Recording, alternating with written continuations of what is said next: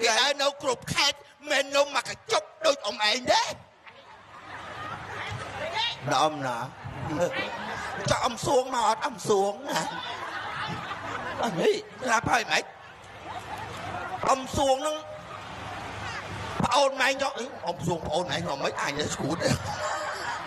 បងម៉ែខ្ញុំបកកើតអ៊ំសួងហ្នឹងជាដូនមួយយាយសុចបងប្អូនយូធំស៊ីតហ្នឹងមែនពូជអញមែនឈ្មោះសុចអាងាប់អញលីសូមីខំមីខ្វាយនិយាយសម្អើខ្លាំងណាហើយតែធ្វើការទេណាដេកតែស៊ីមើលថាដូចជ្រូកហើយដេកតែស៊ីម៉េចរស់ថ្ងៃតែធ្វើការទេអានេះមីខ្មុំមីខ្វាយប្រាប់អញណាហើយចុះបើស៊ីហើយមកឲ្យដេកស៊ីឲ្យដូចថតទៅភ្លឺហ្នឹងហើយចាអើយថាការងារឯងតែធ្វើទេអញមិនចង់មានន័យថាឯងការងារឯងមិនបានធ្វើទេឥឡូវអ៊ំឯងឲ្យខ្ញុំធ្វើពីមួយណាហី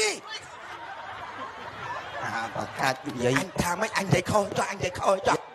ហេនិយាយឡើងឲ្យធ្វើមួយចុះក៏គាត់ថាអត់មានឲ្យជួយធ្វើវាអស់ហ្នឹងហើយណាបាច់យកឲ្យពួកមក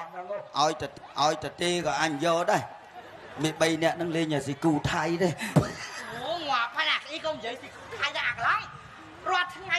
សង្គមរដ្ឋាភិបាលខំប្រឹងបាត់ខ្លាំងណាស់ឯងនិយាយយ៉ាក់ទេងាប់ហើយបំបត្តិមិនក្តៅម៉ែខ្ញុំដូចចំតែងលេរាល់ថ្ងៃហ្នឹង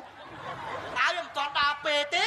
ដល់ពេលម៉េចដល់ពេលអស់មួយលានកន្លះលើដល់ពេលដល់យុគគាត់កៅជាងអេតេអញខ្មាស់បំផុតមួយការាលមួយការាល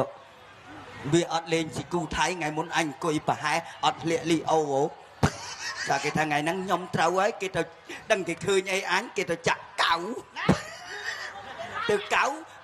ងាកឡើងចាញ់ប៉ែតថាអូផ្លិចប្រងប៉ែតវាឃើញរបស់អញមិនស្អីគេហ្នឹងវាឃើញហ៎បើឯងមកដាក់កៅទៅអត់ដឹកអាពងប៉ែត